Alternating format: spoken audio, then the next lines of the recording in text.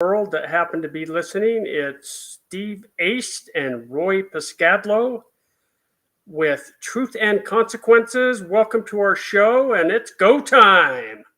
How you doing, Roy? Pretty good. How about you, Steve? I'm wonderful. We're in full swing already with the campaign season. I know that we've mentioned that I'm running, and so is Roy, and we're already meeting with some of the county delegates and so forth, and getting their opinions about things, and we're happy about it. We're ready to rock and roll, and excited about the future. I think people are starting to finally wake up, and things are starting to get released. Roy, what do you think as far as what's going on with our elections and what we've been saying for a long time now? Well, I agree with you. I mean, there's a case in Fulton County, Georgia, and that's actually gone to trial in front of Judge Totenberg. And people are starting to realize, hey, maybe these machines are a real problem. And there was some recent a bribery scandal in Arizona. Kind of just shows that it's not just the Democrats that are cheating; it's both sides, and people are starting to wake up and understand that. We've known that for a while. I know we've known that for a while, yeah. But when we go and talk to people, they're going, "Oh, those Democrats are, whatever." So, yeah, it's a uniparty problem, and we all know who that is. It's Rhino Republicans that are in charge of this state. Many of the legislators will just say it like it is. I mean, there's money changing hands. There's different agendas that don't involve the will of the people or the good of the people and the citizens that they represent. And we're here to do our part to put an end to that. I think we have a good show. We are hoping for some good call-ins today. And let me give that number right away. And I see that Dwayne has also got it put up on the screen. But please call in, get it queued up. We'll be taking calls pretty soon. I don't know exactly when, but definitely we're very interested to hear from you and have the conversation with you. And the call-in number is 385-899-2134. That's 385-899-2134. And you're with Roy and Steve. And I think we'll start it off with this whole Kerry Lake thing that's come down, Roy. Yep, why don't we go and play that right away? We're going to play. And what we're going to do is tee it up. Kerry Lake, as many of our listeners may know, ran for governor in 2022. The election was stolen from her, and she's been fighting in court, and her cases have been pushed aside by judges due to they haven't really listened to any of these cases on the merits. And she was considering and now is running for Senate. Lo and behold, before she was really going to run for Senate, she was approached by senior people in the Republican Party on a national basis and offered money to stop her campaign and not seek election as a senator. It was actually done through their state GOP leader. Yes. Through him as a voice piece for the powers that be back east, the big money donors, etc. We'll call them the elite that want to control elite, the political elite and economic elite. And the way this ties into what Steve and I have been doing all across the state and talking about election integrity is you can see people within our system, many of whom we spoke with, really don't have an understanding of the election management system or its weaknesses. And many of them kind of think that there's something wrong, but they're fearful of doing something because, like what you see in this video that we're about to play in the audio, if they raise their hand and try to push back on the system and change it, they know that they're going to or likely get unseated from their elected elected seat, or if they're part of the apparatus, if they're part of the administrative bureaucracy, they'll get fired. Well, and as you'll hear in the audio tape, the guy that is relaying this information, the GOP leader of Arizona, said, "Oh, if I reveal that, my car's going to blow up." So he said it. I didn't. He knows who he's dealing with. He knows what they're capable of, and let's run that tape, that audio, Dwayne. Before I do that, can you turn off your video camera and then turn it back on? That sunbeam is kind of glaring. Just see if it'll adjust itself. Turn off the video, turn it back on.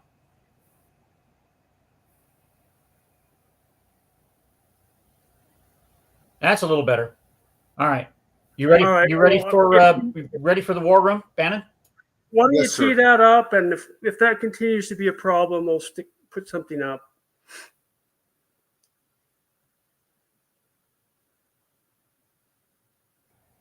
Just hang on. I do want to play, and I want to play in the second. It's about 8 or 9 minutes long. Daily Mail, it's going viral. I got to play its audio tape. I want. This is between Carrie Lake and I guess the head of it's been identified as the head of the Arizona GOP. I want to play this phone call, and I will jump in and break this down. I'll break it up in a couple of pieces. But let's go ahead. You got to hear this because this is the way stuff rolls, folks. And I wanted you to hear it. It broke today. I wanted you to hear it basically before anybody else. Let's go ahead and start to play the audio tape of Carrie Lake being bribed to get out of the race for the United States Senate. Let's go ahead and hit it. So what's going on? I'm assuming this is our friend. Oh, this is back east. There are very powerful people who want to keep you out. Oh no, they do.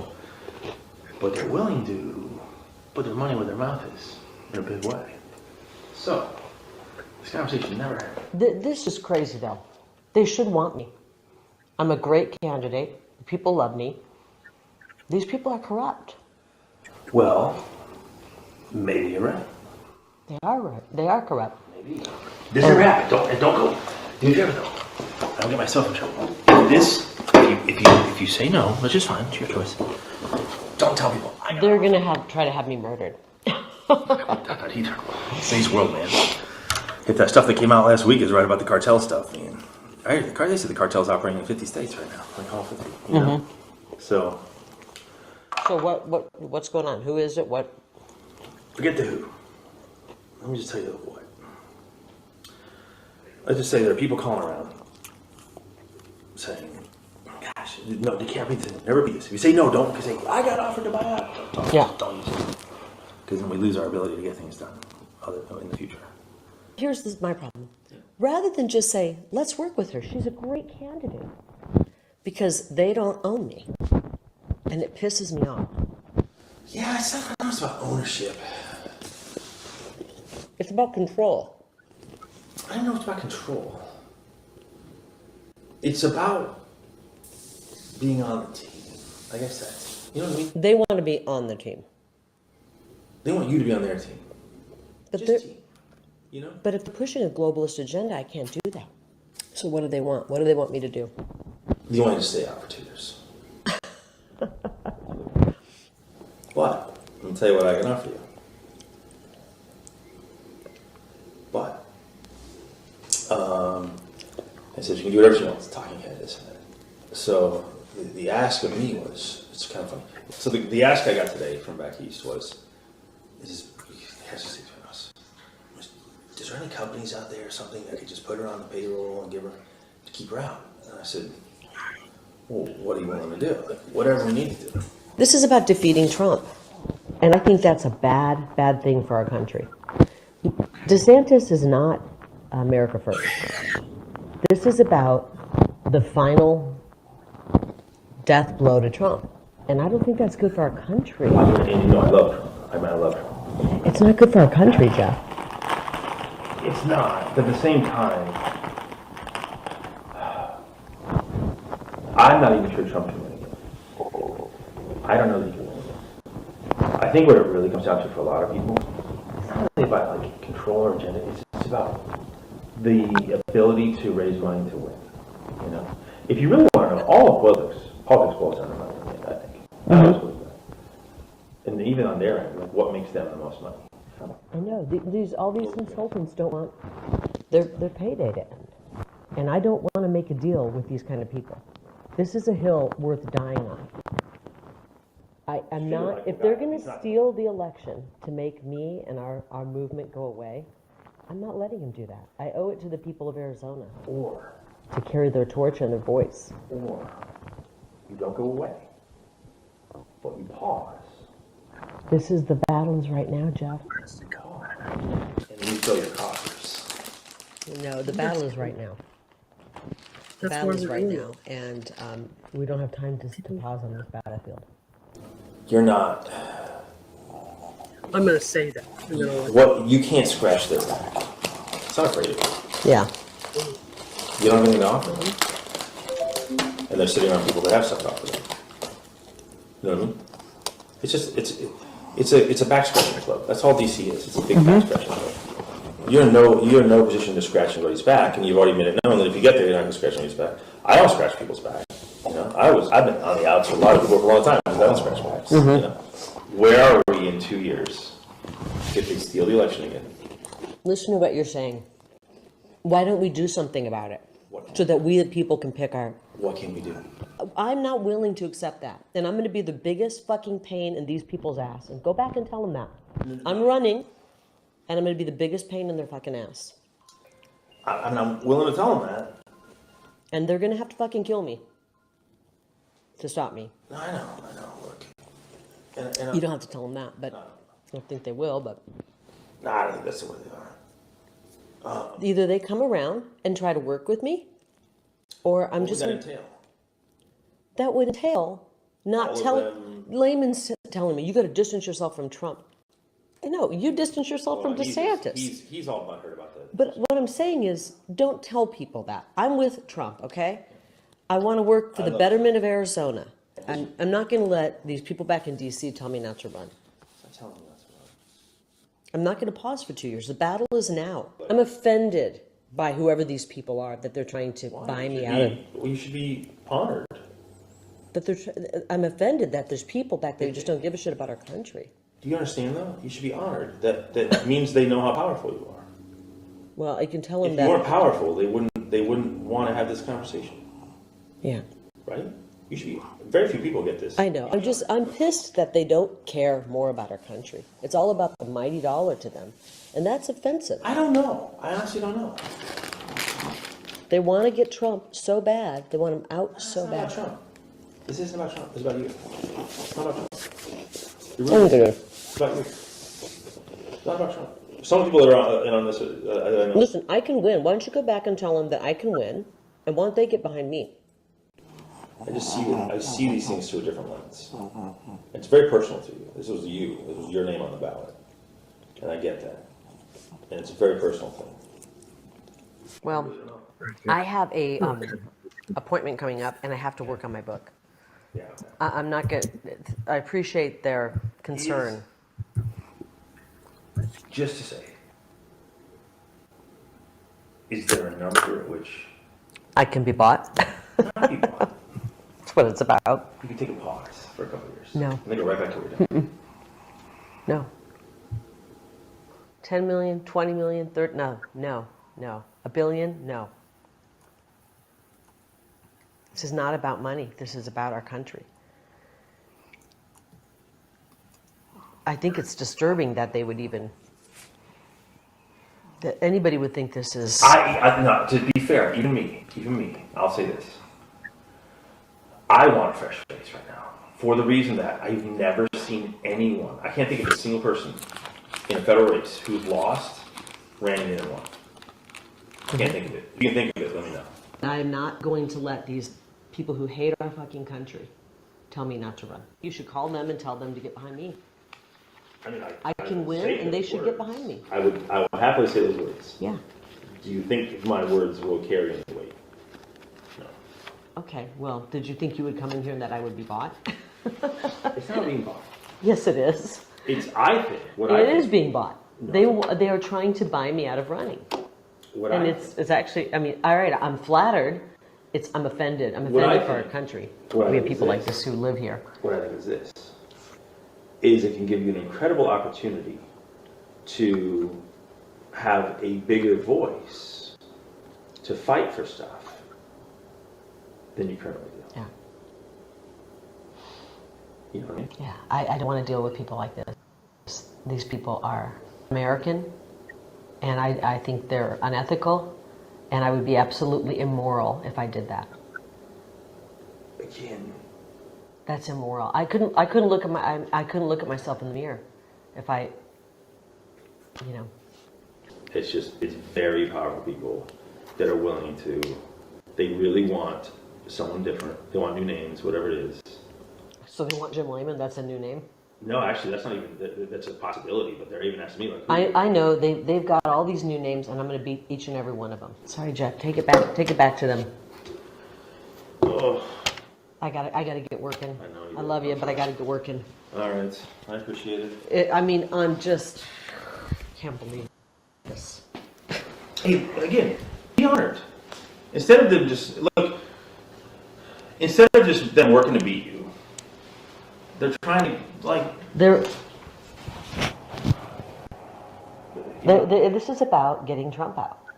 Nah, Yeah, it is. Trump never came out once. Well, it's about DeSantis, getting DeSantis in.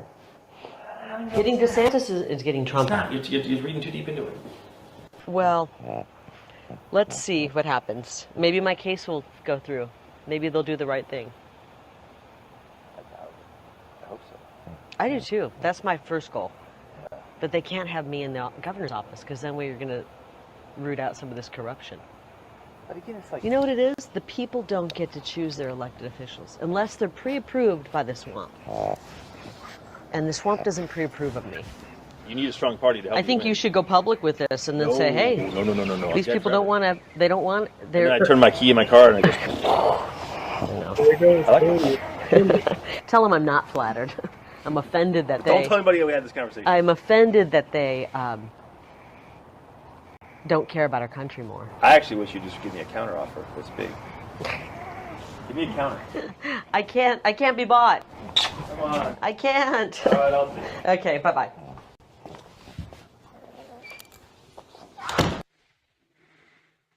Wow. Just heard it right there.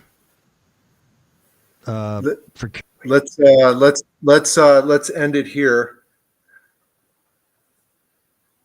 Perfect.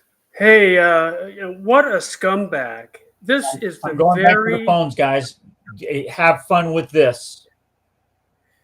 Hey, this is the reason we're running. What a scumbag!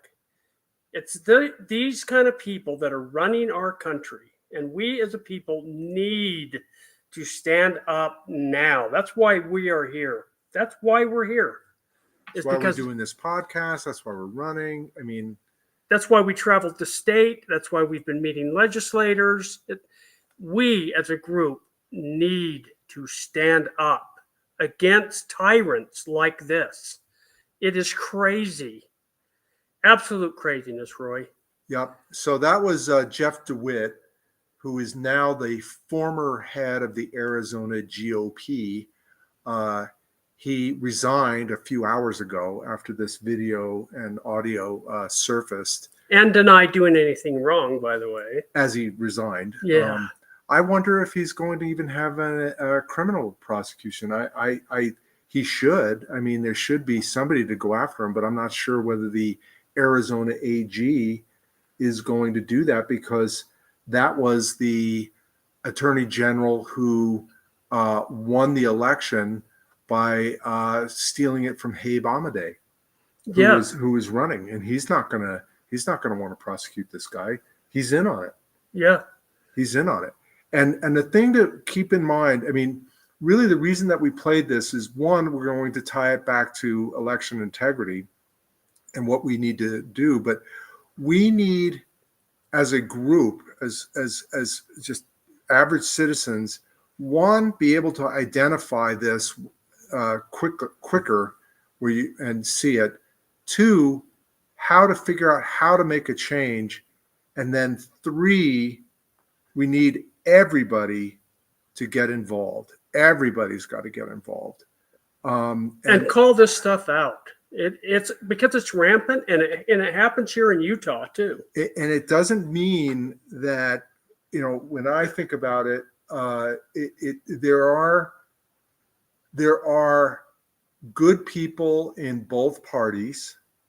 I do think that more of this occurs on the Democrat side, not because I'm a Republican, but because of the way the left in general does not appear to have a governor. For them, a lot of the times, and you can see it with the prosecution of Trump, it's the end justifies the means.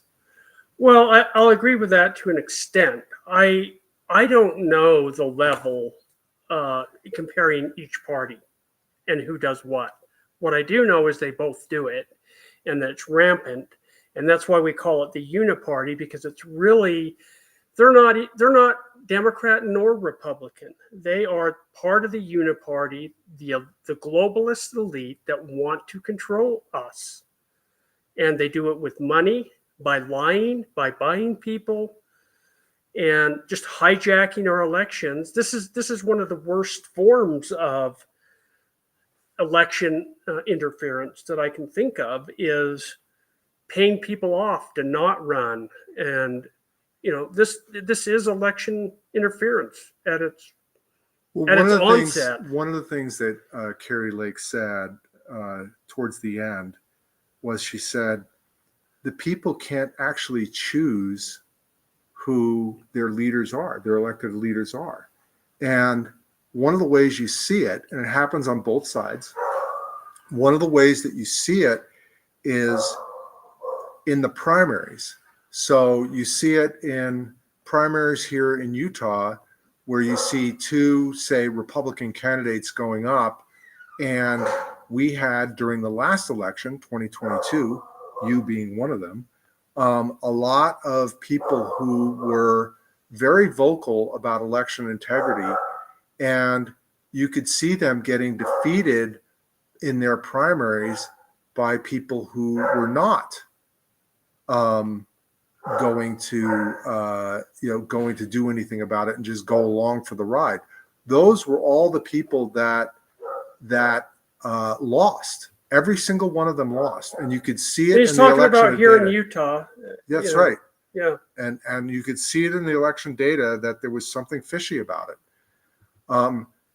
And there was an election primary in Bridgeport, Connecticut, which is where I used to live, and that was a Democrat primary, and the county clerk was caught stuffing ballots for the incumbent mayor, because I think that because she knew that she could stay being county clerk, because the way they choose their county clerks there, it's selected by the mayor, or state or city clerk. So you get the mayor in, and then he appoints her again. He appoints her again. Okay. So she was able to keep her job, but she was caught, and then there was nothing done about it. There has been nothing done about it. If there's not consequences for people's actions, what's to prevent them from doing it? Nothing. And the only way to create consequences is to have everybody get involved. That's right. Everybody's got to get involved. And one of the consequences right now should be that we need to identify these people that are doing this kind of thing and vote them out of office with overwhelming numbers. So overwhelming that it makes it harder for them to cheat. See, and that's part of the problem is we can identify a problem, but they control the mechanism that we need to actually get them out of office, which is our elections. Right. And so it's kind of a catch-22 situation, and it's a big hurdle, but 2 or 3 people doing it alone can't. We've seen just over the course of the last 2 to 3 weeks, Roy, so many more things starting to come to light, to include the Dominion machines that was hacked into in court right in front of a judge.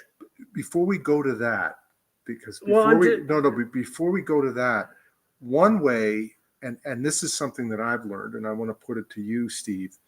Uh-oh. You can, I Put my thinking Trump- hat on. Trump during his first term basically kicked the beehive, knocked over the rat's nest, or turned over the log, and we saw all these cockroaches running out.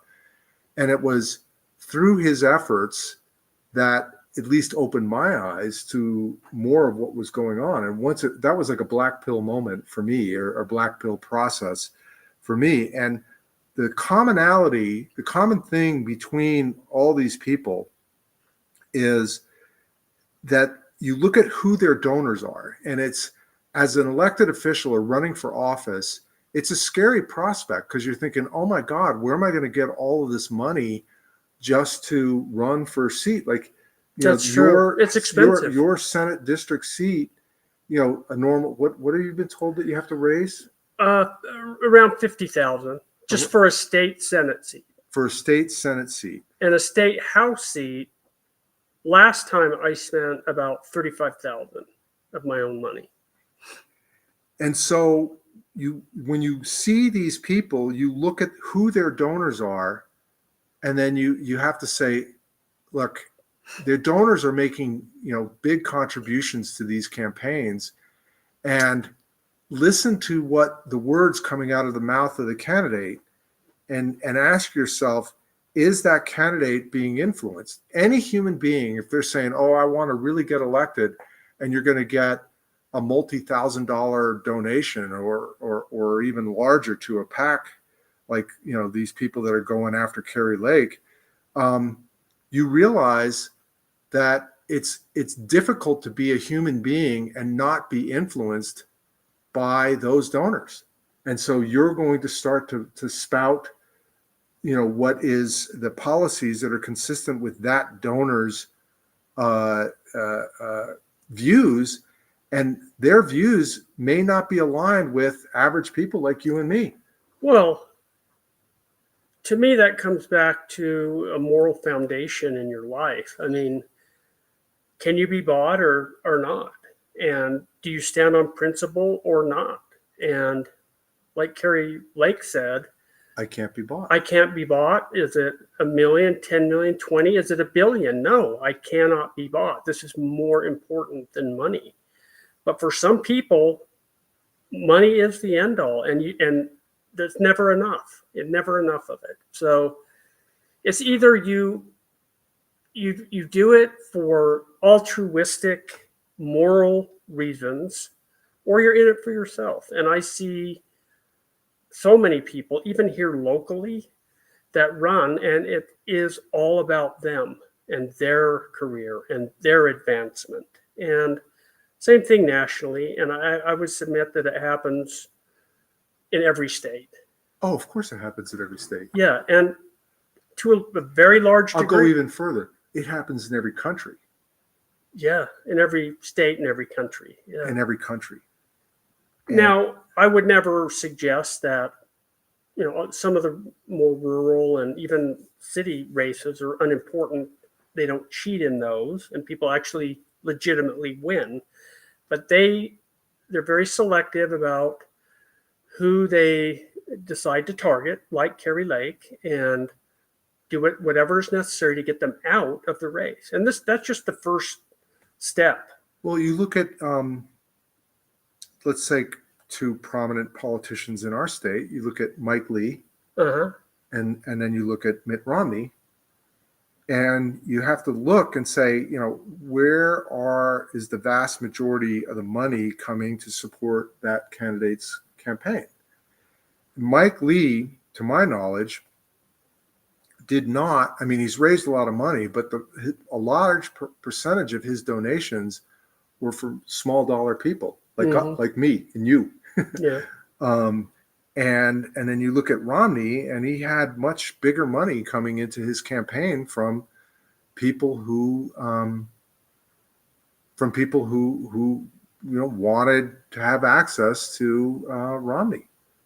Right. And then you look at, well, and they wanted him to vote a certain way to promote their agenda. Exactly. And not the people's.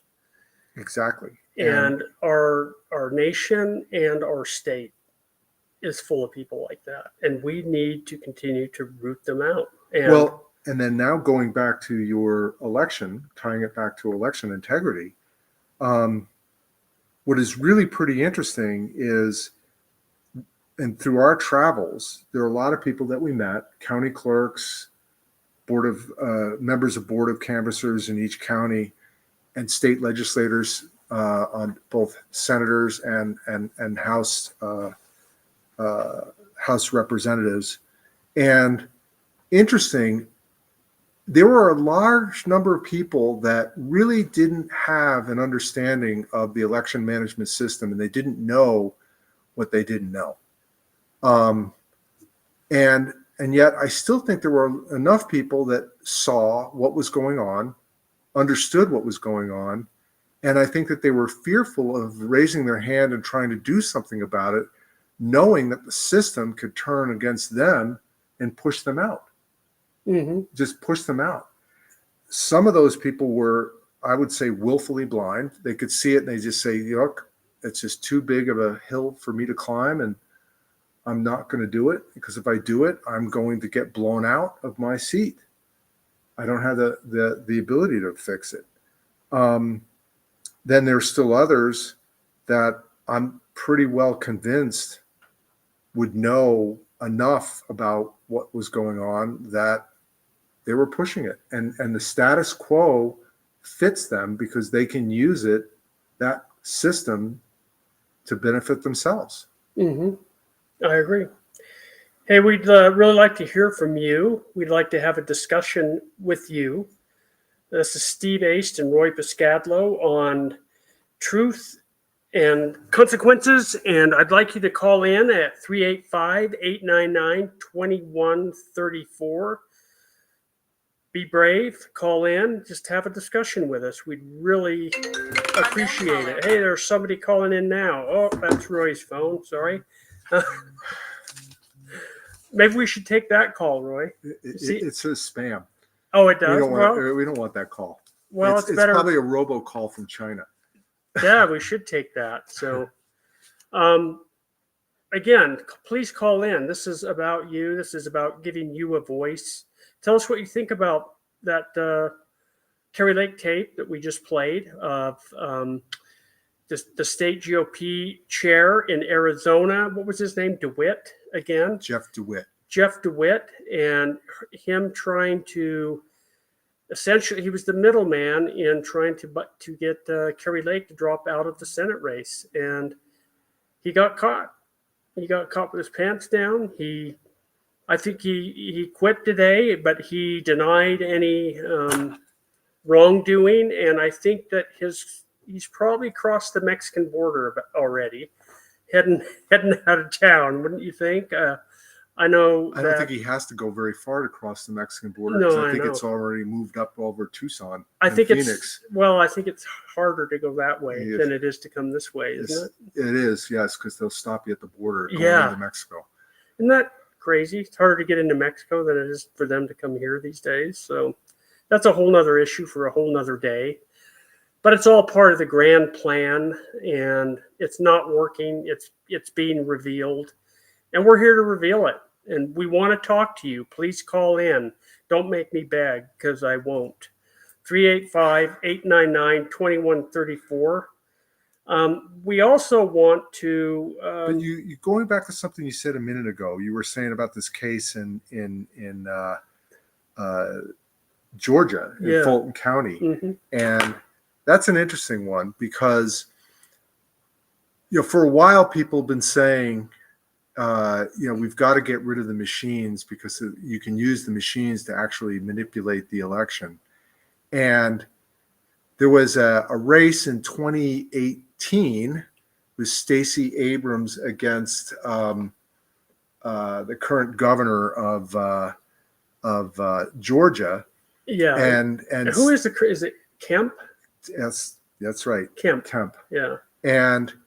And they had just switched to Dominion machines, and Stacey Abrams was alleging, and then initiated a lawsuit that was actually is in trial right now, saying that the machines are very vulnerable and we should not be using machines for our elections. Wait, a Democrat said that? Exactly. Oh my Lord. And that's exactly what Trump is being prosecuted for. So we can go back to that as well.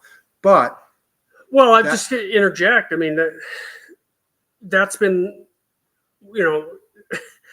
it's funny how the narrative flips. It flipped from when Hillary was running against Trump. And by the way, you need to see the movie Kill Chain. It's a movie put out by Democrats alleging that the machines are manipulable, hackable, flippable.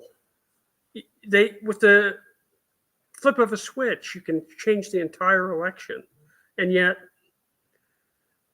as soon as they could use that capability on their opponent, all of a sudden, they're just fine. Everything is safe and secure. It's the most secure election we've had in our lifetime. That was what Krebs said from CISA, and he was in the Trump administration and got fired immediately by Trump. Yeah, I've often wondered, Roy. I mean, you've got the Democrats manipulating the machines. You've got the Republicans manipulating the machines. So they're co-manipulating. So do you think there are states where they're both manipulating, and how does that all work out, and does the machine blow up? And that's an interesting question, because I've been thinking about that. And when you look at, say, Michigan and Detroit, because that's run largely by Democrats, they're able to cheat and manipulate the machine to their benefit. And in places like Georgia or Arizona, where the Republicans have the upper hand, they're able to manipulate it to their benefit. And yet in Arizona, they manipulated it to the extent that Hobbs won and not Kerry Lake. Right. So that's one party manipulating it on behalf of the other, or is it just the uniparty? But it goes back to your uniparty comment, because even though the Republicans ran the election process, rather than seeing Kerry Lake win, and as she said, as governor, she would kick this over and clean house. They didn't want her to clean house. The Republicans, the McCain wing of the Republican Party, does not want her to uncover that. Why the Republicans are normally associated with the party of the well-to-do, and not anymore. Not anymore. But in Arizona, there is actually Jeff DeWitt mentioned it. There are a lot of real estate interests from the cartel members. So the cartel members in Mexico are making billions of dollars, and that money is really not usable by itself. If you have billions of dollars and you can't demonstrate how you made that money, when you go to put it back into the system, you'll get kicked out and people will catch you. You've got to launder it somehow. And the way to launder it, one of the best ways to launder it, is either through art, purchasing art, but there's only Hunter Biden. That's one way, or through real estate. And there's a lot of real estate development, as we all know, in Arizona. And for that matter, you could sell the drugs anywhere and buy real estate anywhere in the country or world, for that matter. But it's hard to do that. You have to have a willing market to be able to go in with large amounts of cash. I mean, taking $1 million, $2 million, $5 million, $10 million, $100 million, man, it's tough to find a way to use it without having somebody say, "Hey, you got a problem. You got that money from I can't take your money." Yeah. So how many people are going to actually say that now? I can't take your money. Are there a lot of people out there willing to say that? Well, actually, within the banking system,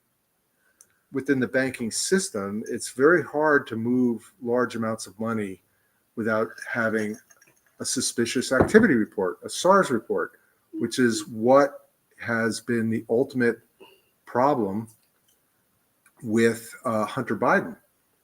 and Joe Biden and the Biden family. And that's what people are using right now to go after them. And for our listeners, a SARS report is called a suspicious activity report. So when a large amount of money just suddenly lands in somebody's account or they're making a big payment with that, the bank will say, hey, I don't know where this money came from. And they file a suspicious activity report with the Security Exchange Commission and the Federal Reserve.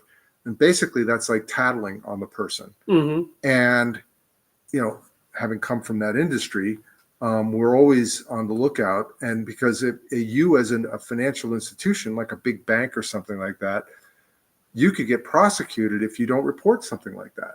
Yeah. So they have to report it. Unless you're in the Biden administration. Unless you're in the Biden administration, in which case then, they're all like part of it. Yeah, they're all part of it. But yes, I said that. I really did. Oh yeah, no, I know you did, and they are part of it. Yeah, they are absolutely part of it. But coming back to Arizona, the Republican, and your point about Republicans versus Democrats, this really is a bipartisan issue. So both Democrats and Republicans should want free and fair elections. However, if it's a person that they do not like Kari Lake, like Donald Trump, the system will work to push that person out. So in the recent primary in New Hampshire that happened yesterday, and our producer Dwayne will put this article up. In New Hampshire, that race was a lot closer than people think, than what looks like on the surface. Why is that? You had only two Republican primary candidates, Nikki Haley and Donald Trump.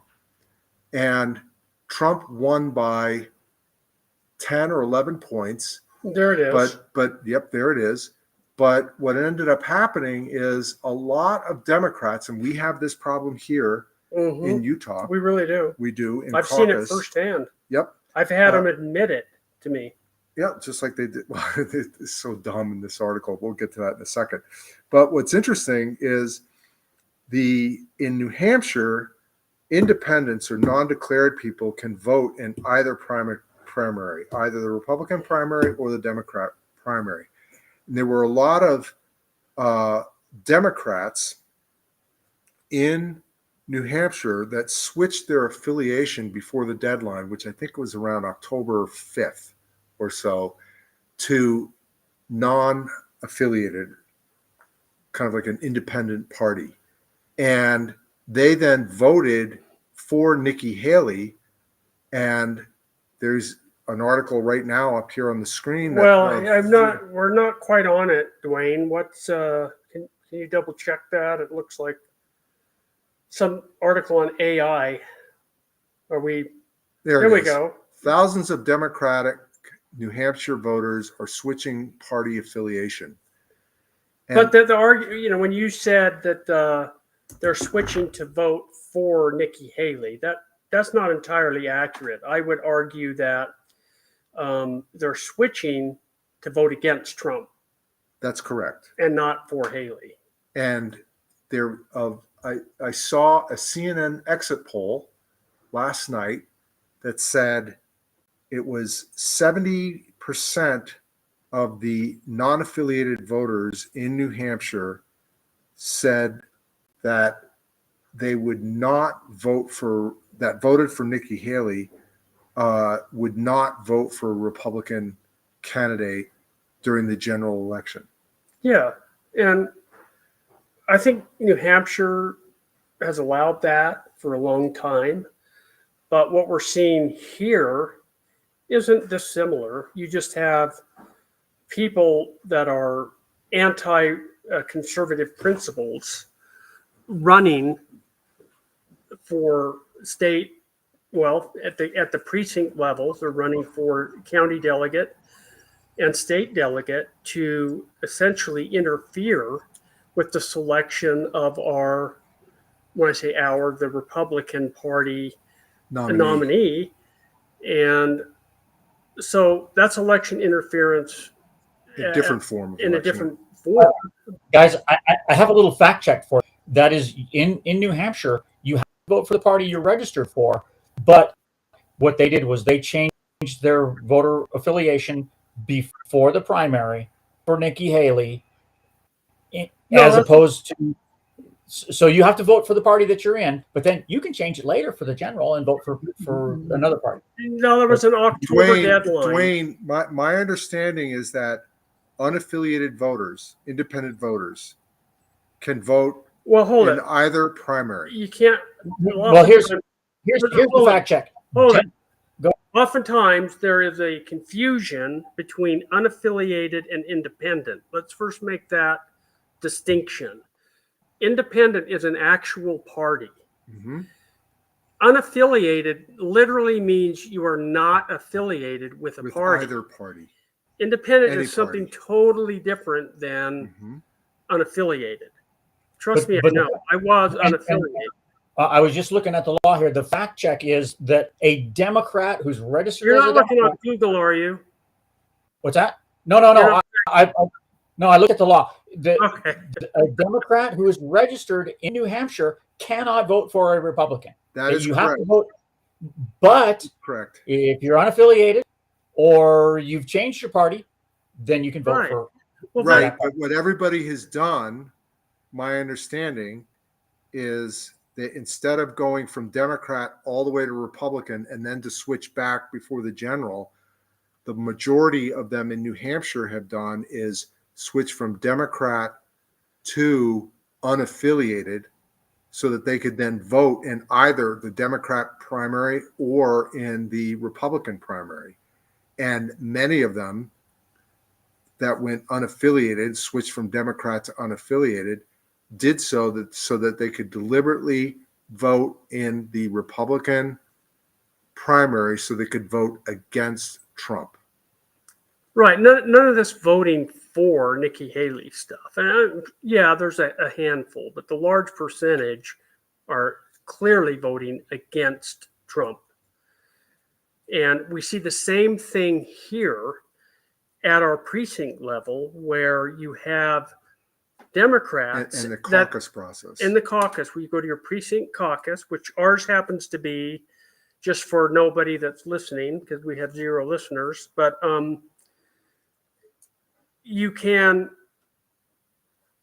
just simply change. And I wanted to mention that March 5th is precinct caucus night at your local Republican caucus. Actually, it's Republican and Democrat. this year. caucus, Is it yes. the same night? Mhm. Okay, so you go to your, in our case, local high school. I think that's true with that throughout the county, at least. It's at a high school near you. You'll have to check your local area to see. But on the night of March 5th, but what people are doing is, and I saw this last 2 years ago when we had precinct caucus, you had clearly people that were Democrat. They sat in the back. There were several of them. They all kind of clumped together in a little ball and kept quiet until it was time to vote. And so I did talk to several of them, and they admitted that they had Democratic or liberal principles, I should say, and they came to vote for the weaker of the candidates. They're proud of it. They don't even try to hide it. Well, they came to vote so they could be a delegate, so that when the county and state conventions happened, which is where the Republican nominee is selected, they could then vote for the weaker candidate. Right. So that when the preferred candidate, a Democrat, runs against them, it increases the probability of the Democrat winning. I would say that is the most prevalent reason, but they also vote for the delegates that are likely to pick the lesser of the two. So it happens both ways. They themselves run, or they vote for someone else that to become a county delegate based on, because at the precinct caucus, you get up and you tell about yourself, you tell about your principles. If you're running as a delegate. If you're running, you have to get up and give a little 3 to 5 minute speech to the group. And I think that's very telling and revealing about a person, even in 5 minutes, because you're hitting on all the important topics right up front. And it's easy to tell who was the stronger or more conservative candidate. More principled. More, well, yeah, and I there's a lot of great Democrats that are principled. I'm not even going to say that. I mean, I think I have more of a problem with these rhino Republicans that are part of this uniparty that have hijacked the Well, you Republican take Party. Robert F. Kennedy Jr. I think he's a very smart person. I don't agree with his politics on in a number of areas. Right, nor I. But I do think that he's not a cheater. He is a principled person, Right. and he actually wants to do the right thing. He's not swayed by people saying, "Hey, I'll donate huge bucks to your campaign if you'll kind of push this type of policy." I don't think he is. At least that from what I've seen. I don't know about that. He could or could not, but I think it's telling that the party itself basically booted him to the curb, and so he's been forced to run as an independent. And I think that's very telling about what they think of somebody that's principled. Yes, that can't be bought. Right, that can't be bought. Just like Carrie Lake was saying, can't be bought. But it's clearly a both party problem, and we're here to root it out, and encourage people, as many people as we can, like the delegates, that county and state delegates that you've been having coming to your cottage meetings. And Steve is having many cottage meetings, and I'm going to go and attend those too, because he did the hard work in scheduling them. But to get those same people to step up, or many of them, as many as we can, to step up and be a county delegate and be a state delegate. And it's not a lot of your time as an individual. And it's actually a very, very interesting process. And I encourage anybody, whether you're in your Democrat caucus or your Republican caucus, to participate.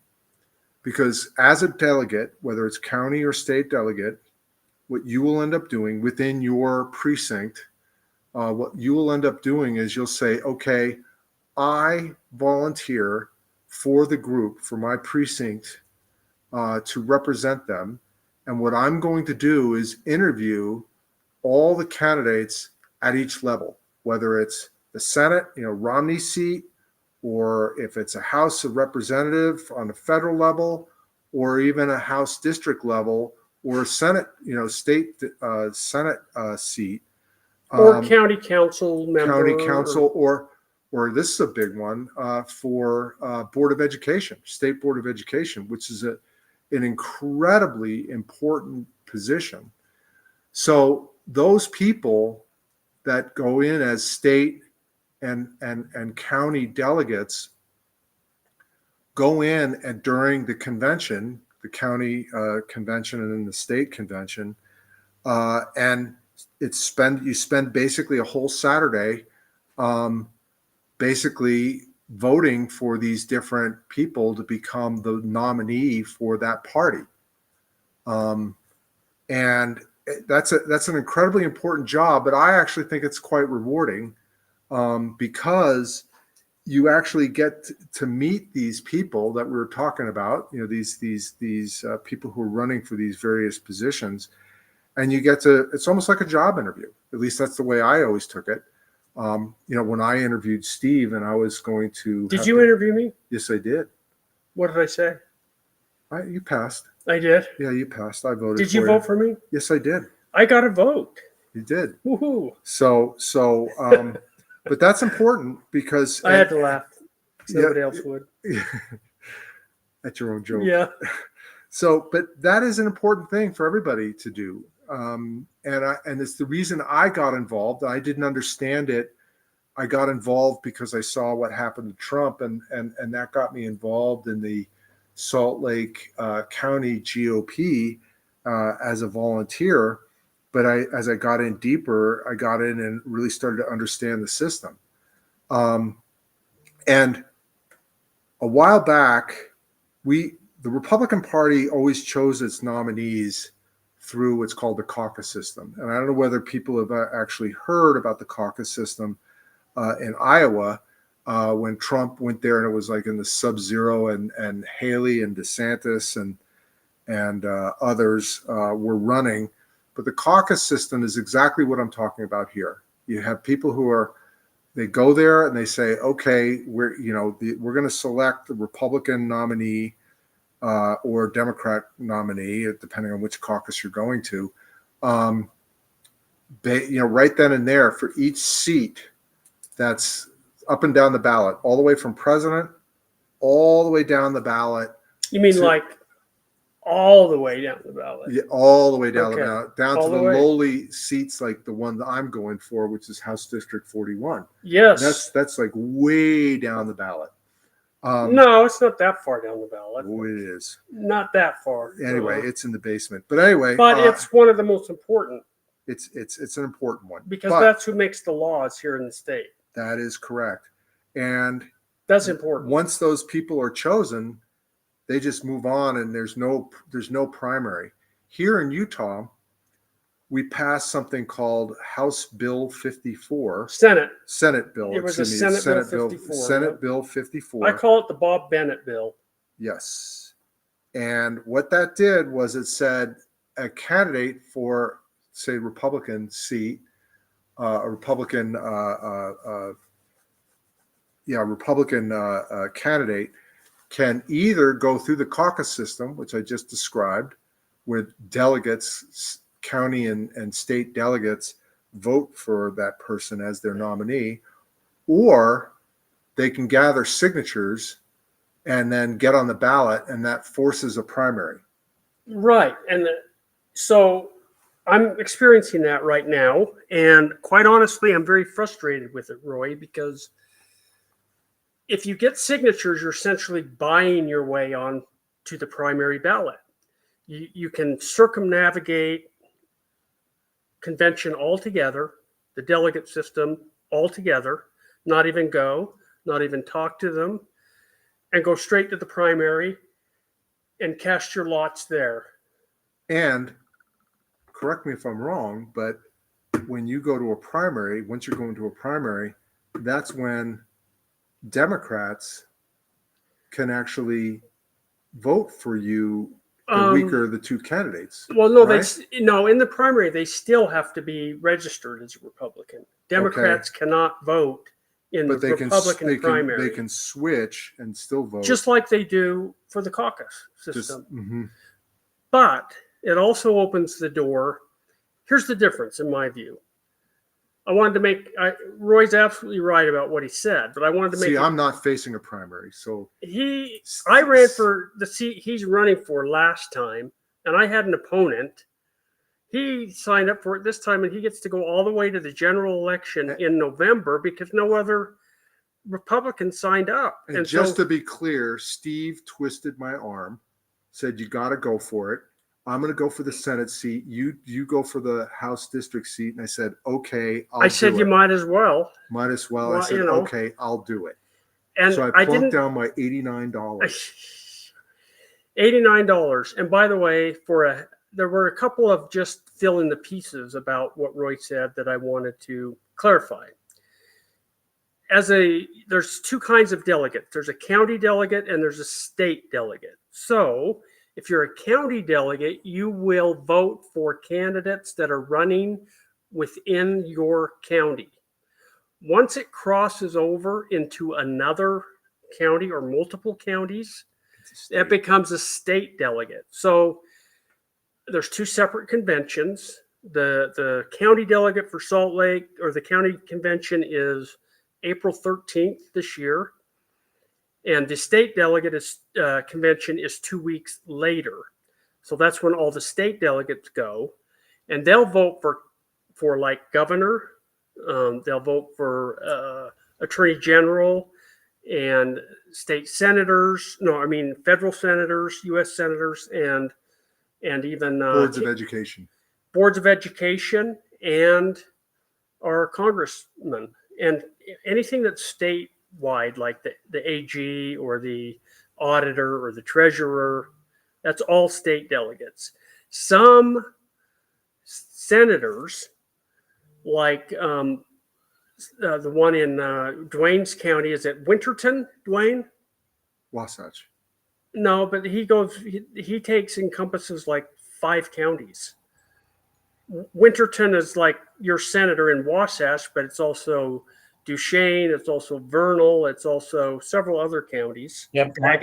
My senator's Ron Winterton, and he has a huge district. Right. So He he's goes multiple from counties.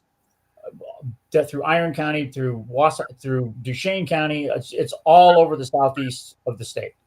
I'm going to have to correct you on the Iron County, because that's clear down by St. Well, George. that's off to the side. That's right. That's in the center. But I'm learning Utah geography. Okay? Yeah, I know it well. Yes. In fact, I did a report in like 6th grade on Iron County. So it's a huge district because there's not much population. right, and the point I'm trying to make is because he's a state senator, and because he takes up multiple counties, he's going to go to the state convention. Whereas I am also running for senator, but my district is all contained within Salt Lake County. So I will go to the county convention. And that's the distinction. It doesn't cross a county line.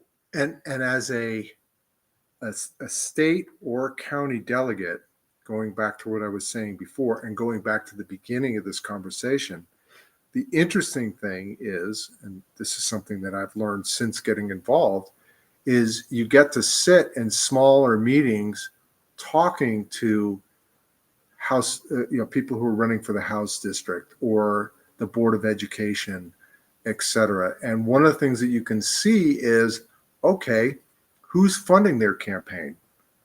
What are their policies? Do their policies actually line up with your ideals? And you can start to see, these people who are bought and paid for, if you will, because at least there's a high correlation between what they believe and what their donors are also asking them to talk about. Yeah. And you can then ask yourself, well, do I agree with it? It's not about whether you like the person or not. It doesn't really matter whether you like the person. I don't think. Well, It's for a lot of people, it does, unfortunately. They don't Well- vote based on policy. They vote based on how tall they are, how pretty they are, if they said a swear word or not. I completely understand. However, what I'm hoping is the people who are going to say, you know what, I'm going to step up and be a county or a state delegate. Why? Because I actually want to understand and make a decision based upon real information rather than, oh, she's good looking, Right. or he's good looking, or whatever. So you can vote for me because I'm good looking and because I have good policy. It's okay.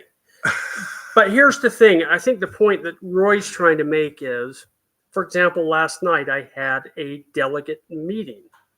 I scheduled time, which Roy attended. I rode on your coattails. And 2 people showed up. So what does that mean? It means a candidate got to have a private discussion with 2 individuals. And we learned a lot about each other in that exchange.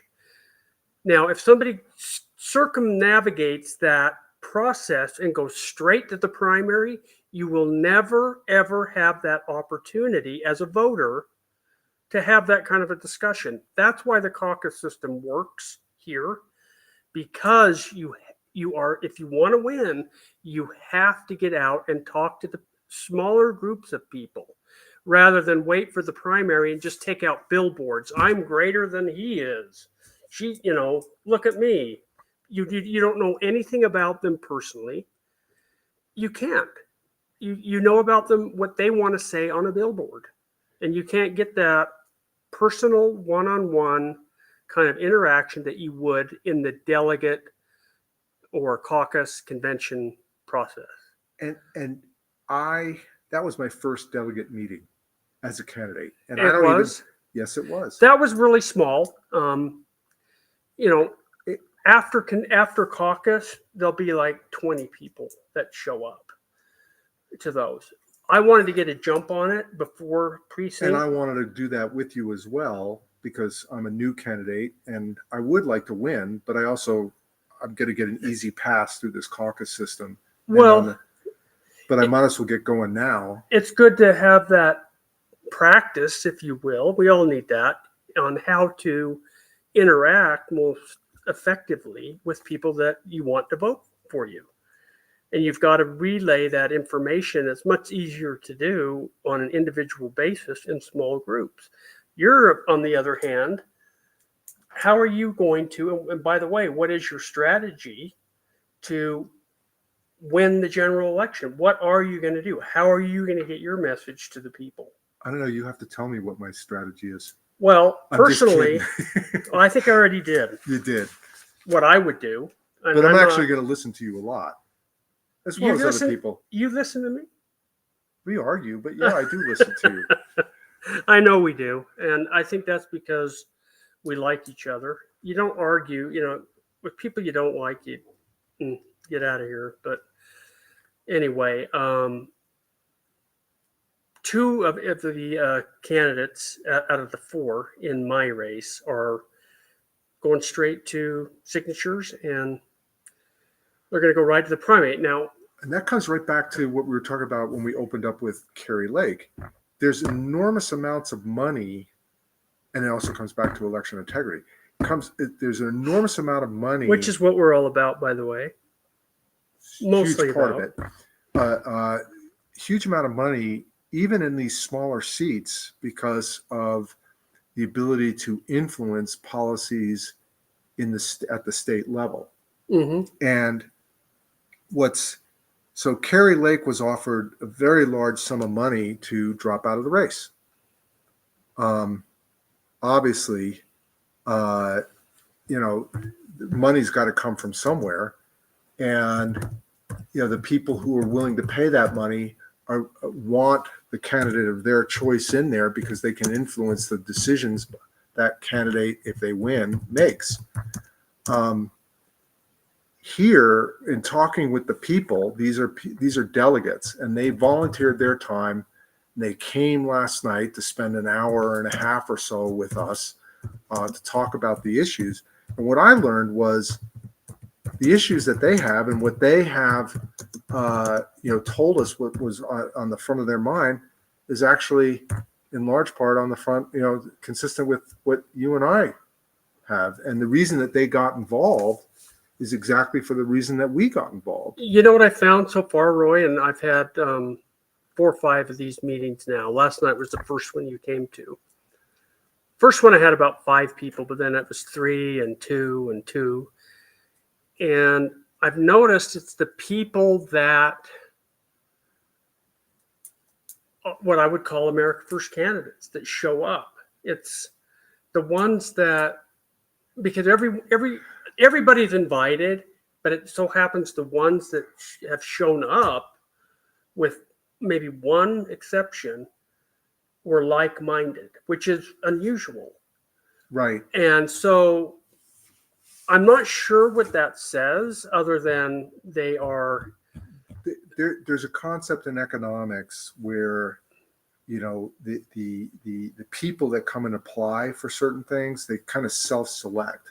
So the people that want to be county delegates, want to be state delegates, want to engage with candidates, are the kind of people who want to get involved.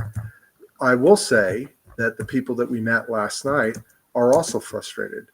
I mean, I was in a big funk yesterday after hearing that audio from Kerry Lake, because it just confirmed all my fears about the way our system is corrupt. Well, and same with these people. No, I'd agree with you. it confirmed it, but we already knew it. We already knew it, but it's still hard to take when it smacks you right in the face. It does. It does. And a lot of the people that I meet are like, well, there's no use. Why even bother participating? And that is exactly the wrong way to go. Exactly the opposite of you what we have need to to do. run towards the fire. You have to get involved. You have to jump into it. Or they've won. Or they will win. They are counting on you, me, everybody who's listening, getting demoralized. Yeah, all of them listening. Well, getting demoralized and dropping out of the system.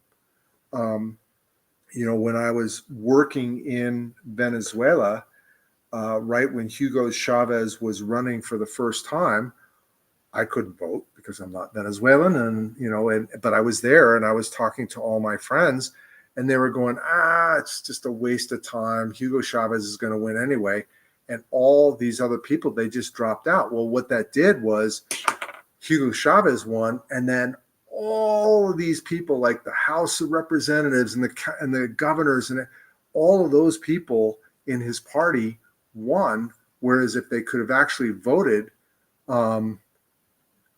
if they had actually voted, maybe they would not have had lost so many governorships and so on. And what that allowed Hugo to do was actually change the Constitution.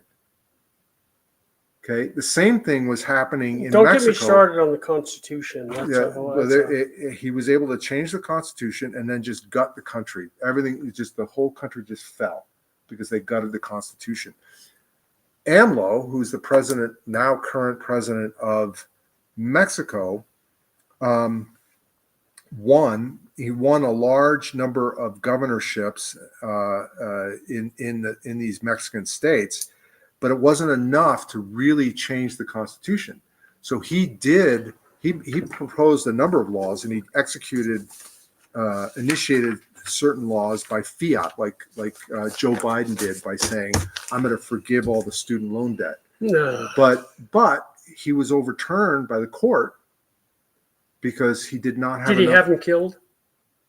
No, not everybody, but he did get some, try to kill some of them. Well, because he has the cartels on his side. Well, yeah. And we're starting to get him on politicians' side here, it would seem. Yes, like in Arizona. Yeah. They alluded to that. Jeff DeWitt said. Hey, guess what? If you don't call in, I'm going to take all my clothes off. I'm going to dance naked on this table right now, and Roy's going to vomit. So you need to call in 385-899-2134. Don't tempt me. I'm likely to do it. I like to say I'm a man of my word, and I'm going to run away fast. Yeah, well, hey, there's one. Can we shift gears a little bit here because our 0 listeners want to hear. So there was an article I came upon, and we've talked about this topic a little bit before, but it's a continuation of economic coercion. Yeah, I mean, it's just the corruption, and really we came in today thinking, let's talk about corruption because it's sorry, something flashed on the screen and it distracted me. It said something about Steve being naked. Anyway, so this all really comes back, in my mind at least, Roy, to just corruption, screwing with our elections, manipulating our elections to the benefit of other people besides the citizens that the system is supposed to support. For the personal benefit of the people doing the manipulation. That's right. And it's so widespread that it's unbelievable to me. That's what I knew it happened, but the extent of the corruption is so beyond my ability to really grasp it that you've been blackpilled. I want to fight harder, and I'm going to. And like Kerry Lake said, this is the mountain we make our stand on.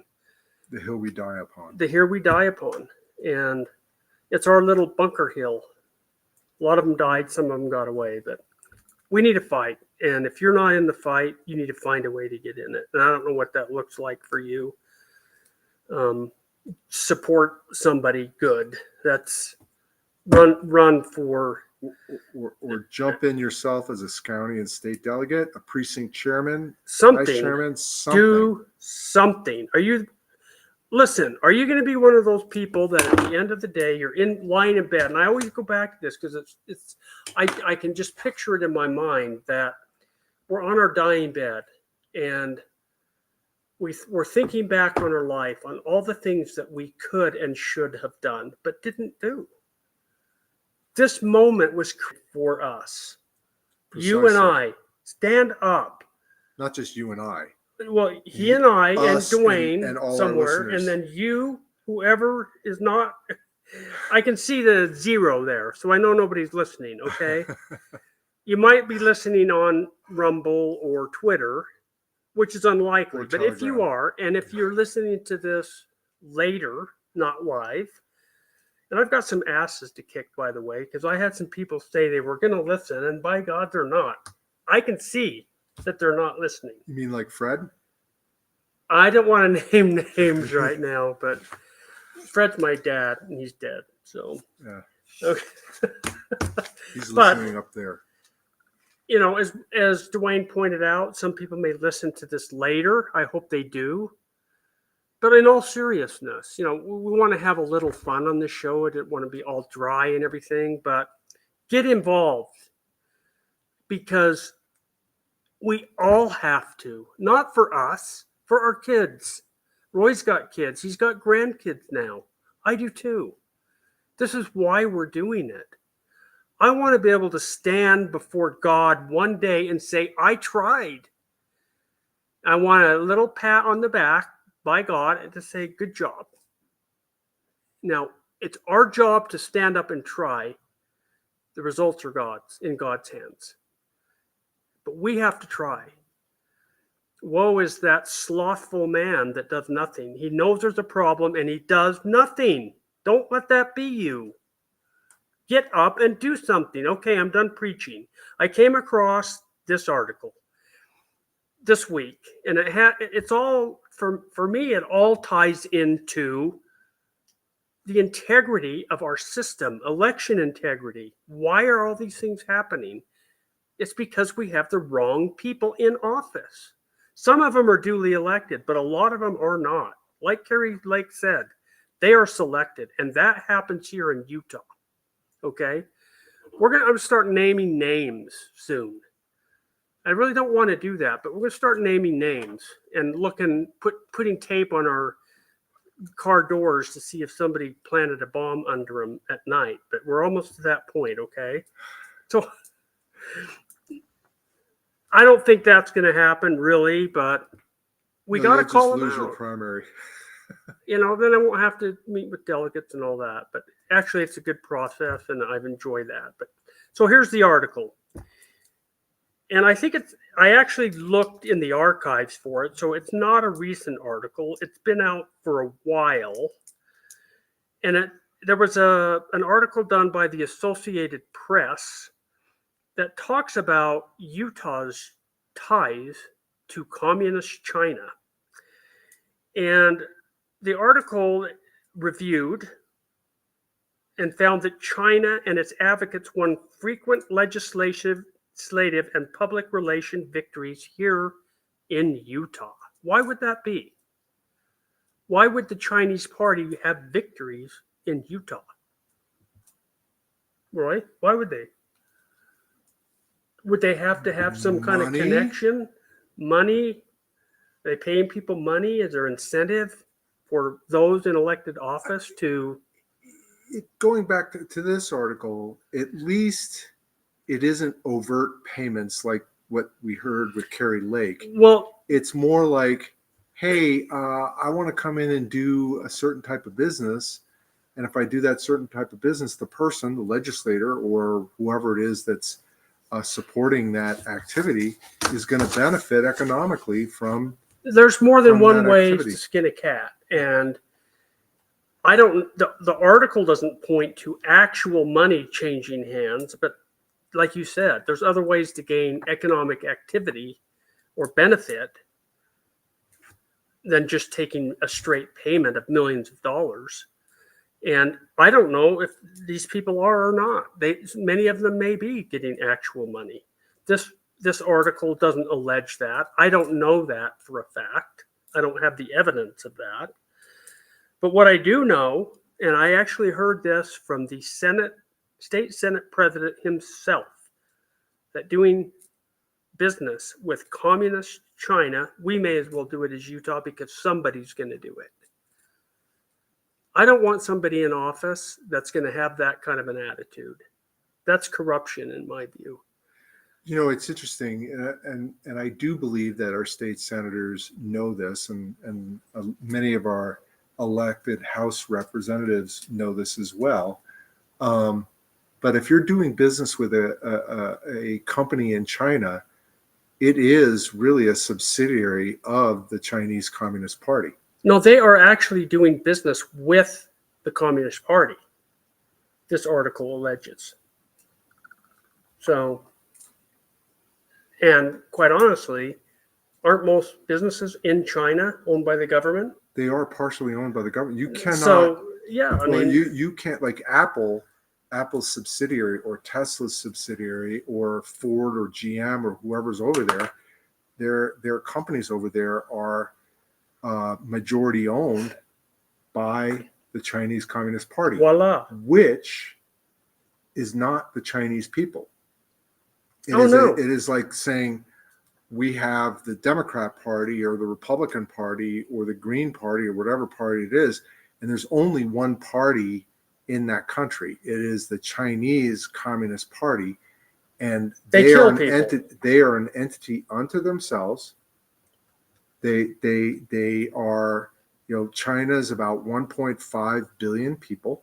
Okay, thereabouts, and they can't kill them fast enough, the members of the Chinese Communist Party is around 80 million, which sounds like a lot, but within that 80 million, there's probably only 1,500 or 1,500 that actually wield the real power within that group. Everybody else are the minions. The military doesn't report to a civilian, elected civilian,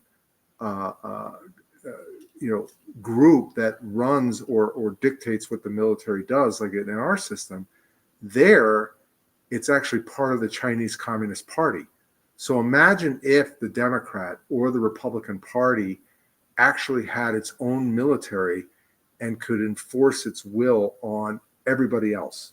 Well, they're trying. I know they're trying. They're trying. It's the uniparty. And right now, I would argue that, you know, they're weaponizing many of our law enforcement agencies, such as the FBI, such as the CIA, that we all can see, in how they went after Trump and how there's no accountability. The way they went after the January 6th people, the way they infiltrated them, set them up, and imprisoned them. And by the way, a lot of them haven't even been charged. But going back to this article here, the Chinese Communist Party is trying to push certain business interests. They are in Utah. In fact, it goes on to say, it says the Chinese officials, as the government was scrambling to tamp down public fury at communist authorities for reprimanding a young doctor. This is a little bit of a side note, who later died over his warnings about the dangers of COVID. They don't like you, they get rid of you.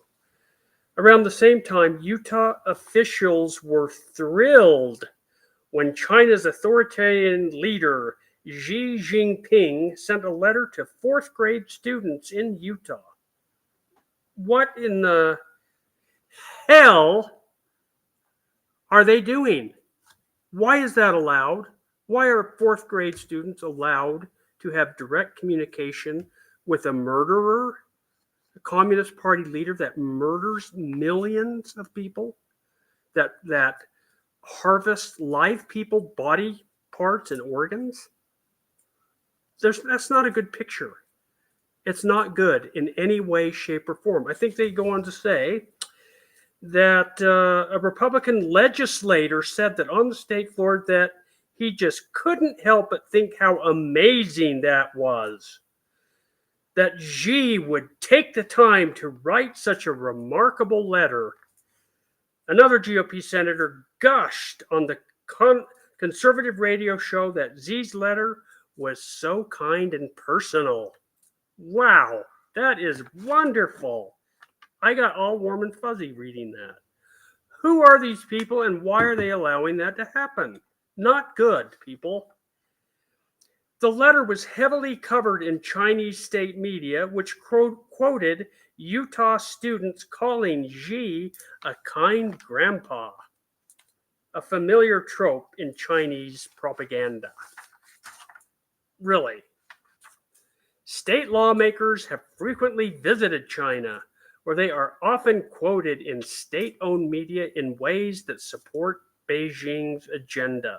So in other words, our state legislators are being used as props to make the Communist Party look better. Well, going back to that statement where, not business leaders, but state officials, elected officials are taken on trips to Yeah, China. I understand several. They're all expense paid trips to go and do like research on the Chinese economy. And that's one of the ways they buy favor. Slave trade. Well, slave labor. It's a way to buy favor. I mean, because if you think about it, if getting taken on like a vacation where you're going to go get toured and wined and dined in China, can kind of sound like a good thing.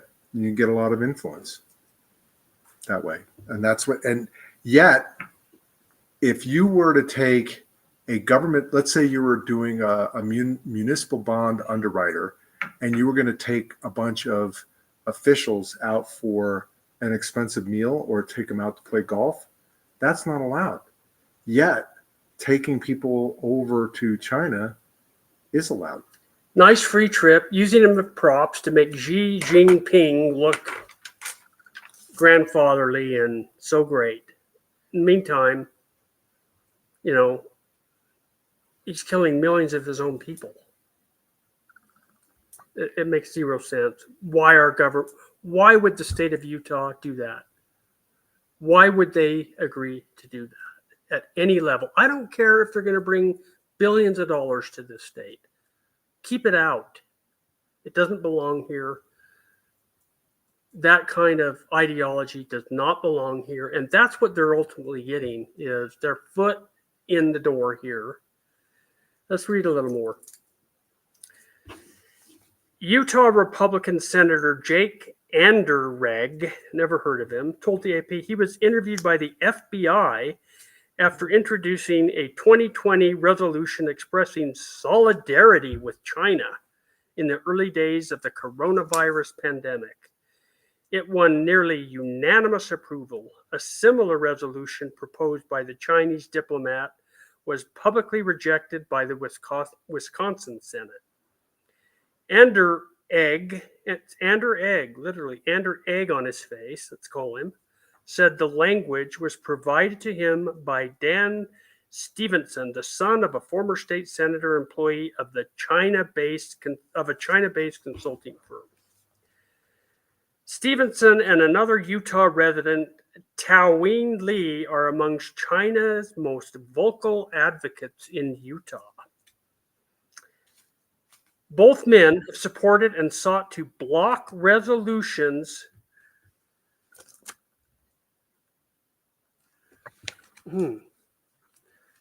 Are we still on, Dwayne? What's this message we're seeing about John? Anyway, so embassy officials tried unsuccessfully last year to get a staff for Utah's governor. You're still on, Steve, and that's just John. I got to go whack him for jumping in. So, bye, John. John, you can call in. Let's talk. have a conversation, John. John, I know who you are.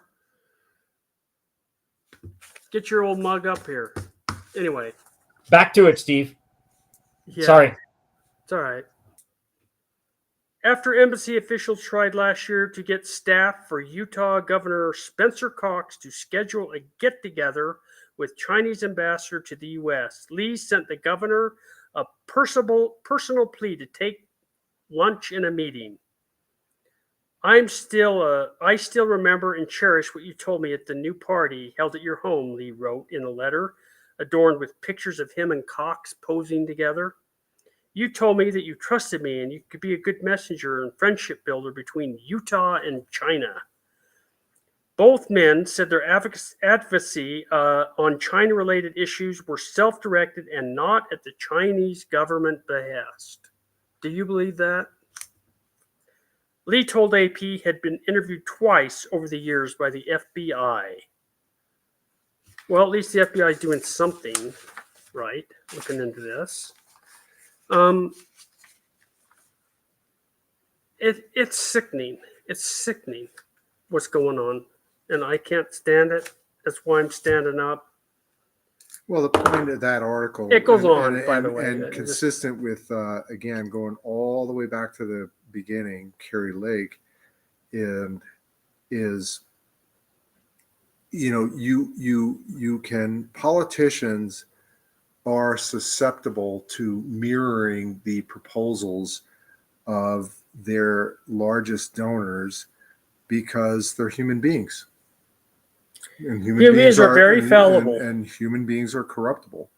And quite easily, a lot if of them. we and if we do not have the ability to elect people who we think are less corruptible, the system rapidly goes in, self-destructs. I agree, and it goes back to what the founders of this nation said. This our Constitution is for a moral and religious people, because if you don't have that moral foundation to base what you do upon, you lose your concept of what's right and wrong, and you're easily taken in by money, and or in Swalwell's case, Swalwell of California, they sent a spy, a good, nice, young-looking Chinese woman, to someone that's on the intelligence committee to get our information. And he was so stupid. He's an idiot. Let's just say it. He's an idiot. We've got people in our government that are entirely compromised, and they take money. They don't care about you and I and Roy. They care about Roy a little. But we need to stand up. I can't say it enough. If we don't, who's going to do it? And we can't give up. Nor give up. There's been times I've wanted to just say, screw it. I know. I had to give you a pep talk a couple of days ago. He did. I wrote him and said, hey, let's get as much ammunition as we can and go that route. But no, we want to save this country. And we're doing what we know to do, and we need other people to get involved. And sometimes when you can't even get a caller to call in, that can be a little frustrating too. Just somebody to take part, take an interest is all. Don't make us beg, because we're not going to. We're not beggars, are we? Well, you said you were going to get naked. Well, yeah, that's coercion. See, don't fall for that. That's the stick, not the carrot. Yeah. Anyway, well, Roy, do you have anything else you want to add, or should we wrap this baby up? Well, no, I think that people should try and call in 385-899-2134. We'd like to hear from you. If you have any questions for us on how to get involved or want to voice your opinion on a certain topic, we'd love to hear it. We again, Steve and I got involved primarily first by saying, look, we see the problems with our elections. We want to try and get in there and fix it. We toured around the state. A lot of road trips together. And By the way, that steakhouse outside of Roosevelt was really good. that was the best I think- steakhouse in Utah that I've seen, that I've eaten at. It That really was is. really good. I'd like to go back. I'd drive over there just for that. That's in JR's neighborhood. JR, we should talk about JR a little bit. JR Bird. That's correct. He is the mayor of Roosevelt, Utah, and he is a self-made man. He's made a lot of money in gas and oil over there in the eastern part of our state, and he's given back. He's given back. He said, I do not like what's going on with this country.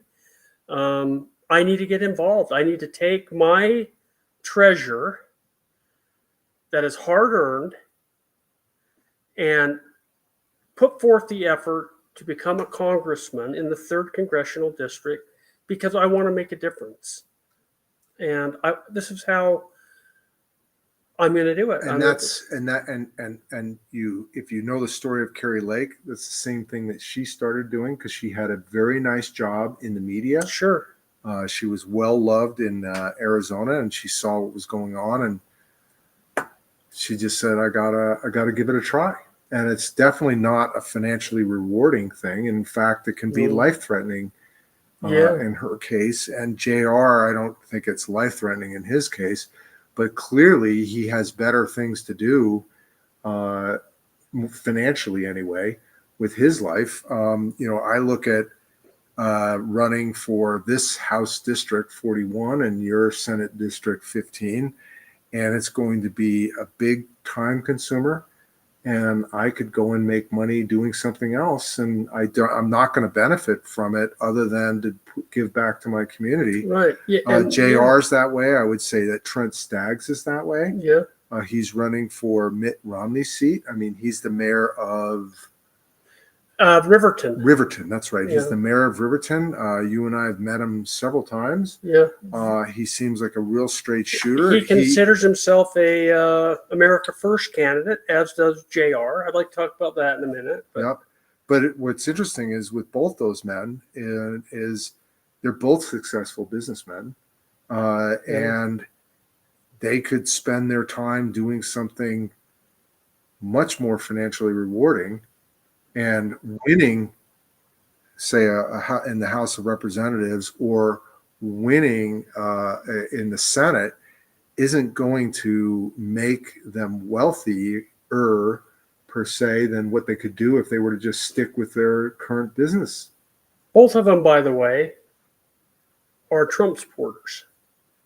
Imagine that. And consider themselves America First candidates. And I wanted to talk about that. What does that mean? And I've been thinking about that. I hear that term thrown around a lot. Well, it's America First. He's America First. MAGA. I'm going to tell you what I think it means to me, what it means to me. Well, it's also used as a derogatory term, too. Yeah. How can putting your country and having good principles be derogatory? But they do it. America First means to me, I would equate it with when you get on an airplane and you're on there with your child. And at the beginning, the stewardess comes on and she gives you the little demonstration. And she says, now, if the cabin deflates and we get into trouble and the air masks come down, you need to put your mask on first. Because if you put your kid's mask on first, you may be unable to put your own on. It may be too late. So put yours on first. So you put yourself in a position that you can then help your child and others get their masks on, saving everyone. That's kind of how I look at America First. America is a country that is the greatest country that's ever existed in the world, in world history. We live like kings. King Solomon, who was supposedly the richest man to ever live, did not have it nearly as nice as we have it today. technology wasn't there for that to happen. We can eat steak generally when we want. We all have phones. Most of us have beds. We're able to give. We're able to go, do things with freedom. Ski, like Roy, fly fish, whatever it is that you like to do. We have relative amount of luxury that nobody ever in the course of history has ever experienced. Not even the wealthiest of the wealthy in time. This is something we have to preserve, and we have to protect it before we can go out.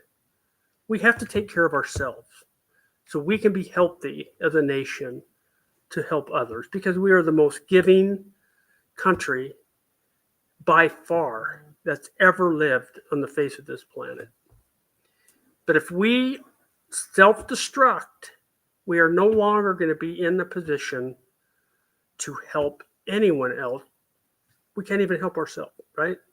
So that's how I look at America First. It's constitutionally based. America First candidates want to go back to the founding principles of this country. And it means making ourselves healthy so we are in a position of helping those around us and the countries around us. Because if we're not, we'll no longer be able to do that.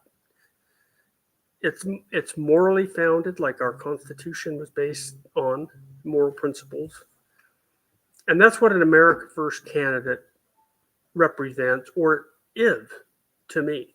And I consider myself that. How about you, Roy? What do you think of that explanation or description? I agree. And it's interesting because, people use it as a derogatory term, like you're selfish when you say America First, and you're, basically saying, well, our country over others. I would say that America First also means Hungary first. So the people of Hungary need to, manage their country and their affairs to maximize their well-being as a group of people, as a country. Sure. Same thing with Argentina.